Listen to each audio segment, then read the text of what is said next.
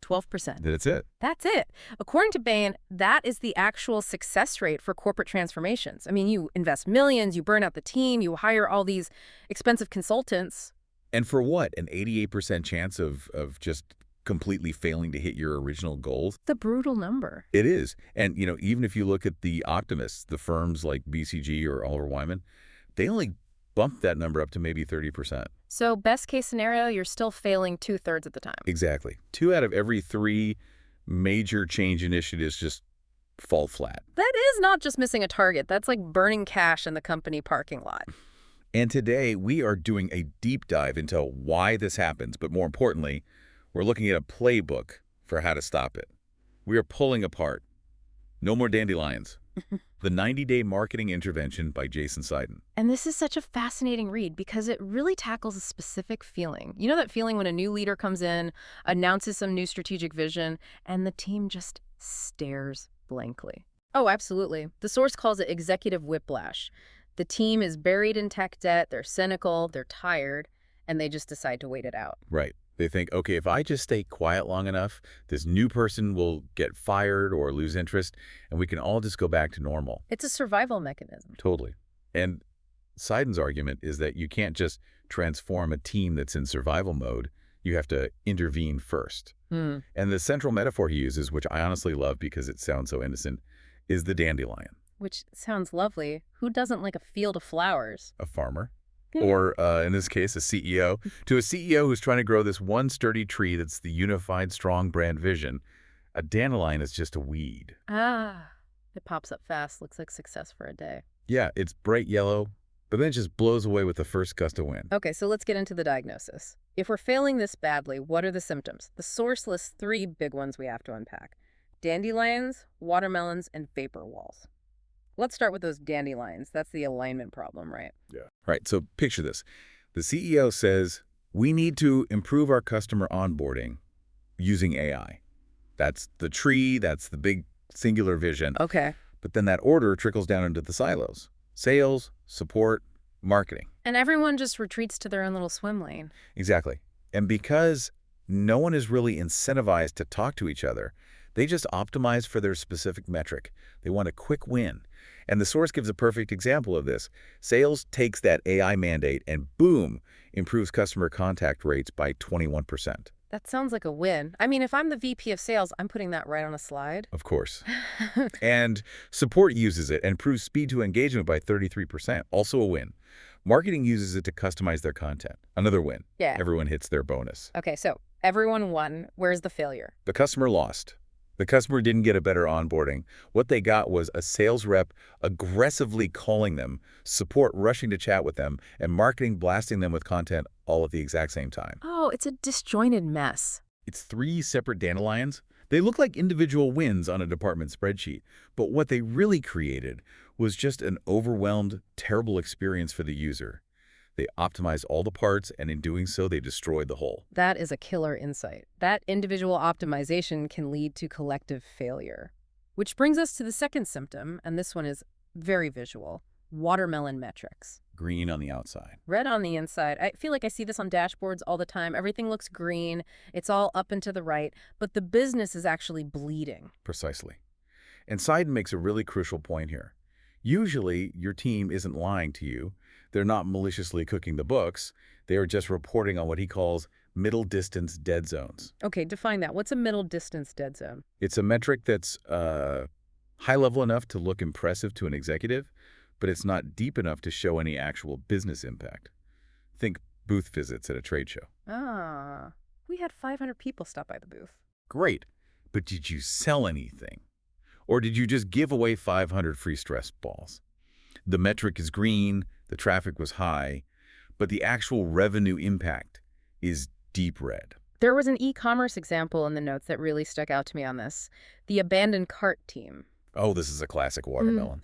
The marketing team was reporting massive success on their abandoned cart recovery emails.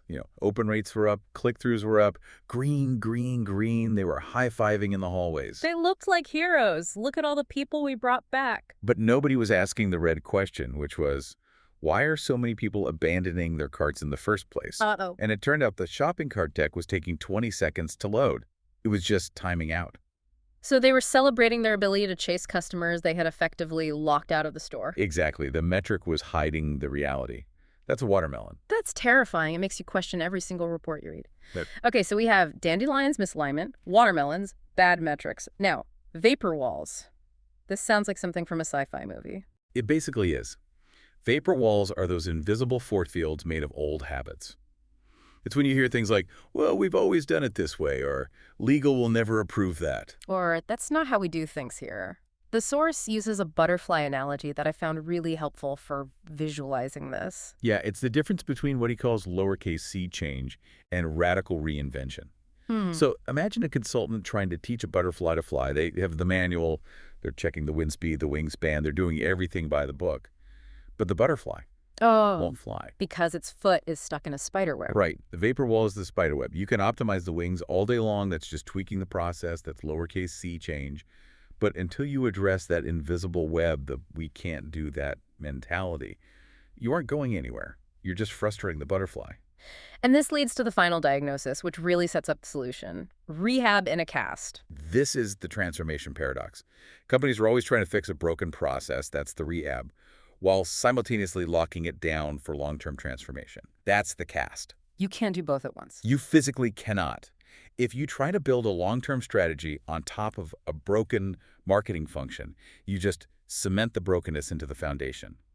You have to break the cast to do the rehab. Okay, so we are drowning in weeds, holding fake fruit, we're stuck in webs, and we're wearing a cast. It sounds hopeless. But this is where the 90-day sprint comes in. And this isn't your standard assess, design, execute corporate timeline, is it? No, not at all. Standard timelines are linear, and they're so slow they can take months just to get to the design phase. This sprint is high velocity and overlapping, and it starts with a pretty controversial figure, the fractional CMO. I wanted to ask about this. Why fractional? Why not just hire a great full-time chief marketing officer and let them fix it? Two reasons: speed and politics. A full-time hire spends their first 90 days just figuring out where the bathroom is and who they shouldn't offend. They're worried about their 401k, their bonus structure, their 5-year plan. They play it safe. They don't want to make enemies on day one. Exactly. Seiden argues a fractional CMO is outcome-focused and risk-blind. They know they are gone in 6 months. They don't care if they upset the VP of sales or question the CEO's pet project. They are there to break the cast. They have political immunity. This term, yeah. Yeah. And 90 days is the Goldilocks zone. It's long enough to get real data and see results, but it's short enough that the CEO doesn't get bored and issue a new edict. Okay, let's walk through the sprint. Phase 1, assess. But this isn't about reading the internal reports, right? No. Reading internal reports just gives you the internal bias. It just tells you what the company thinks is happening. The leader has to mystery shop the company. Before they talk to a single employee, they need to go to Google, go to Reddit, check TikTok, buy the product. Actually buy it. Like, put it on their own credit card. Actually buy it. Try to return it. Call the support line and see how long you stay on hold. You have to feel the pain the customer feels. If you don't feel the pain, you'll just accept all the internal excuses later on. And then you interview the team, but not just the VPs. You skip the middle management layer, at least at first. You talk to the graphic designer, the email coordinator, the people actually touching the work, and you play the why game. You channel your inner 3-year-old. Give me an example of that. Okay, so you ask, why are email open rates down? They say, because customers are overwhelmed. Why? Because we send too much. Why? Because no one owns the master calendar. Boom, you just hit the spider web. Exactly. You just keep asking why until you find the root cause, not the symptom. The symptom is low open rates. The root cause is lack of ownership. So then we move into phase 2, experiment. This is weeks 2 to 8, and it overlaps. And the golden rule here is anti-shiny object. Yes. This is where most marketing teams fail. They think a new tool Salesforce, HubSpot, some fancy AI wrapper is going to fix their broken process. Seiden says, process before tech. If you can't make it work on a whiteboard or a spreadsheet, software will just automate your incompetence. Ouch. Automate your incompetence. That should be on a poster in every boardroom. It's so true. The rule is prove the process manually. Only then do you buy the tool. And instead of writing these massive policy manuals, you just set thou shalt nots. So just boundaries. Just boundaries. Don't break the law. Don't leak customer data. Inside those boundaries, go, run, experiment, and if it fails, kill it immediately. Because it's a sprint, there's no shame in failure. It's just data. Then phase 3, stabilize, weeks 4 to 10. This is where we bring the other departments back into the fold. Right. Now you treat technology as an amplifier because the process actually works, and you invite sales and product into the room to ask the dangerous questions. I love dangerous questions. And the source material has 2 case studies that really show why this matters. Let's look at the PPC albatross. Okay, this is a classic detective story. Marketing was reporting that their cost of customer acquisition, their CAC for pay-per-click ads, was fine, green light. But the revenue operations team, the people who track the actual money, said the cost was 20 times higher than the customer's lifetime value. Wait, 20 times? That's not a rounding error. That means for every dollar they made, they spent 20 to get it. How did marketing not see that? They were measuring a lead, not a customer. But here's the twist. The reason they were spending so much wasn't because of bad ads. It was the product team. The product team, how is that their fault? Every time the product team was late with a launch, panic would set in. Management would scream, "We need traffic. We need to show growth." So they would just dump money into ads to goose the numbers. So they were using the marketing budget to cover up for operational delays. Exactly. The fix wasn't better ad copy. It was fixing the product launch calendar. They cut ad spend by 40% overnight, stopped using ads as a Band-Aid, and revenue didn't drop a cent. That is the power of looking outside the silo. The second case study is even crazier. Customer marketing lost the plot. This one is a horror story for your inbox. Marketing was saying everything was great, but customers were leaving. Churn was high. And the reason? Well, they looked at the data and found that some customers were receiving 45 emails a week. 45. If my own mother sent me 45 emails a week, I would block her. How does that even happen? Dandelions. Sales had an automated sequence. Support had helpful tips. Product had update alerts. Marketing had newsletters. Nobody was talking to each other. So the customer was just getting fire hosed. And on top of that, they realized customers weren't using the product because the training was a 60-minute webinar. Who has an hour for a webinar these days? Nobody. So the fix was 2 things. 1, a shared communications calendar. 1 owner. No more 45 emails. 2, they replaced the hour-long webinar with 3-minute how-to videos.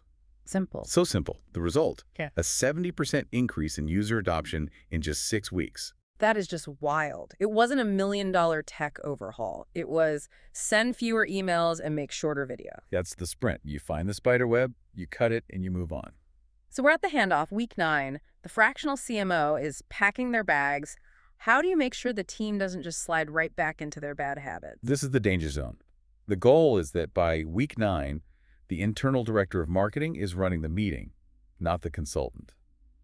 But there's a really crucial mindset shift that has to happen around the budget. The axiom to remember. I thought this was really counterintuitive. Well, usually managers fight for the biggest budget possible to prove they're important. I manage $10 million, look at me. Right. It's empire building. The sprint mindset flips that 180 degrees. The goal is achieve maximum results with 0 resources first. You have to earn the gasoline, you prove the model works on a shoestring, then you ask for the budget to scale it. That turns marketers into entrepreneurs. It does, and it stops the watermelon problem because you can't hide behind a massive budget anymore. So for you listening right now and wondering, is my team broken? Do I need a sprint? The source provides a little self-assessment. Yeah, it's the can we fix this ourselves test. Yeah. If you answer yes to 3 or more of these, you probably need outside help. Number 1, have you been waiting for better data for more than 3 months? Oh, that's data purgatory. Yeah. Once the new dashboard is ready, then we'll know what to do. It's procrastination disguised as prudence. If you don't have the data, count it by hand. Number 2, do you need to fix the engine and drive the car at the same time? The cast and rehab problem. Number 3, are your marketing metrics green, but the company bank account is red? That's the watermelon. Number 4, is marketing operating in a total silo? And number 5, is the team just playing it safe? And if you check 3 of those boxes, you might need an intervention. You likely do, because remember that paradox. You cannot rehab a leg while it is in a cast. I want to end on the feeling of success, because the source says it doesn't necessarily feel like a party. No, not at all. Success feels like friction. When a sprint works, your top performers will absolutely love it because they can finally run. But your poor performers, they will panic. Because all their hiding spots are gone. Exactly. The vague metrics, the politics, the waiting for data, it's all gone. So if you feel that tension in the team, don't panic. That friction isn't a problem. It's the sound of the gears finally catching. That is a fantastic place to leave it. Friction is clarity. Absolutely. So here's your challenge for the week. Go look at your dashboard, find the watermelon, find that one number that is bright green but makes you feel a little uneasy, and then go mystery shop that process yourself. You might be surprised or, horrified by what you find. Thanks for diving in with us. We'll see you on the next deep dive.